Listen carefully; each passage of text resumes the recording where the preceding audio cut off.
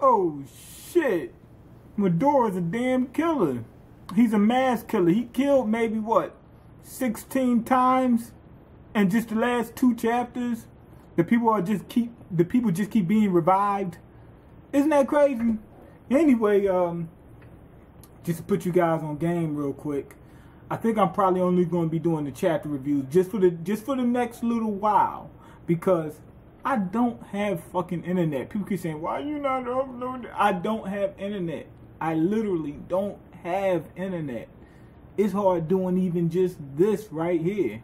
So anyway, I'm going to try to, in the next little while, I'm going to come back and I'm going to go over everything and just catch up and everything. But as of right now, I think I'm going to have to just leave some stuff alone. I just can't do it. I got school, I got work, I got everything. I got a bunch of different things I'm doing, and I don't have any internet. It's hard doing all that shit. Anyway, Jiro, he encounters that damn gremlin, and the shit tries to eat him. This part had me dying laughing. He was able to dodge, and he was like, oh, my fucking back. Oh, damn, he's getting old. You know, but the funny thing about it was, at first, if I'm not mistaken, at one point in time, Jiro was the strongest of the 3 out of Midora and Ichiru and all that, for however long it was. But if I'm not mistaken, he was the strongest at one point. But now, like, he's just been slacking. It seems like his heart's not invested in all that stuff. You know what I mean? Like, he likes it, you know, he does it here and there and whatnot, and he's been doing it for a long time, but it doesn't seem like this is my world, you know, that type of deal. Like Ichiru started fucking Igo and all that. Midora started Bishoku Kai and all. They really was invested, like fully invested. Their whole being is invested in that shit. Jiro just travels around drinking and shit. It seems like that's what he wants to do. Of course, he got to be strong in order to do that, because he has to go to the Gourmet world and shit like that. So it seems like he just slacked off and fell behind at some point. Probably if he didn't do all that, he may have very well be the strongest as of right now. But the crazy thing about it is, with all that slacking off and everything, he's facing off against this demon monster shit that's supposed to be the strongest motherfucker to ever live. And he's still that strong. He can take care of this shit. What's his name? Setsu, whatever. She was so fucking scared when Jiro powered up, because Jiro started, when he seen this thing, he said, oh damn, I respect him. Because if I can't knock this motherfucker, it's got to be strong. And it respected him because it transformed. It said, oh shit, I'm dealing with a true motherfucking G. So it transformed. And Setsu said, wait, hold on, Jiro, don't destroy the entire planet. Please. She was begging for her damn life. That's how strong the weakest of them are. That was crazy. Anyway, we cut back to Midora. He's talking to Joah and whatnot, and he realizes, damn, that's the bitch I released that day. And she attacked at that moment. Now, I don't really think she's a she. I think she's a he. But in the female body, I think she's pretty much like, what's the name? Orochimaru or some shit like that. I think it's a dude. I think the Gourmet demon is controlling Froze's body. Froze's a female, but the Gourmet devil that's controlling her is really a man. That's what I think is really going on. I think he's having gender identification, gender identity issues. But anyway, she attacked. She said, got your punk ass, you fucking dead bitch. And then he looked and he says, oh, I'm sorry, excuse me, what were you saying? And she looked and says, what the fuck? Nothing happened. And at that moment, you see 8 of those balls bust, which meant he killed the bitch 8 times. And this is in less than 1/10 of a second, because Joah attacked within 1/10 of a second. Not only that, a moment that she attacked, he didn't attack.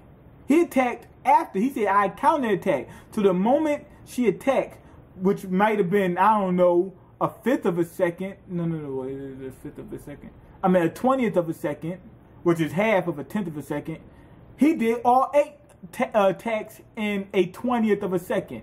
And he said it was at his leisure, which means he could have killed him. He could have killed the bitch 20 times in that amount of time. Midora shits on Bambina. God damn. He said that he did that at his leisure, which meant with less than the 20th of a second, he could have killed the broad 20 times. That's crazy. Anyway, he asked her, he said, are you that broad that I revived? I was trying to revive Froze, but you came out. She said, yeah, that was me. Also, he said, why didn't Froze be revived? She said that she didn't want to be revived. Froze fought against it because she didn't like Acacia's goals, which makes me believe that maybe Acacia is with them. Maybe so, because also they revealed that what his goal is. They said what the gourmet demon's goal is to eat, and it's like, why? That's our nature. That's what we want to do. Don't you like eating? And then you're gonna become more powerful and everything else. And on top of that, they said they're trying to figure out what's at the end of all this eating. They don't know, as far as we know. You know, they said that your DNA is gonna push you towards where you're supposed to be, such as like what she brought up, a caterpillar. It'll eat and then it'll become a butterfly.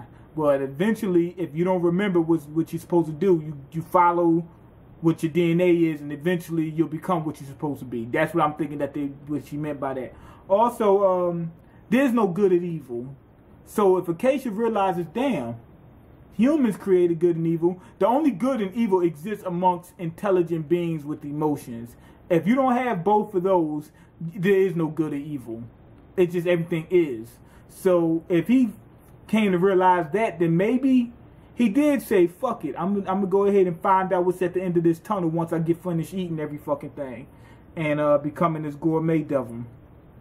You know, because if that's the case, then Neo really isn't evil.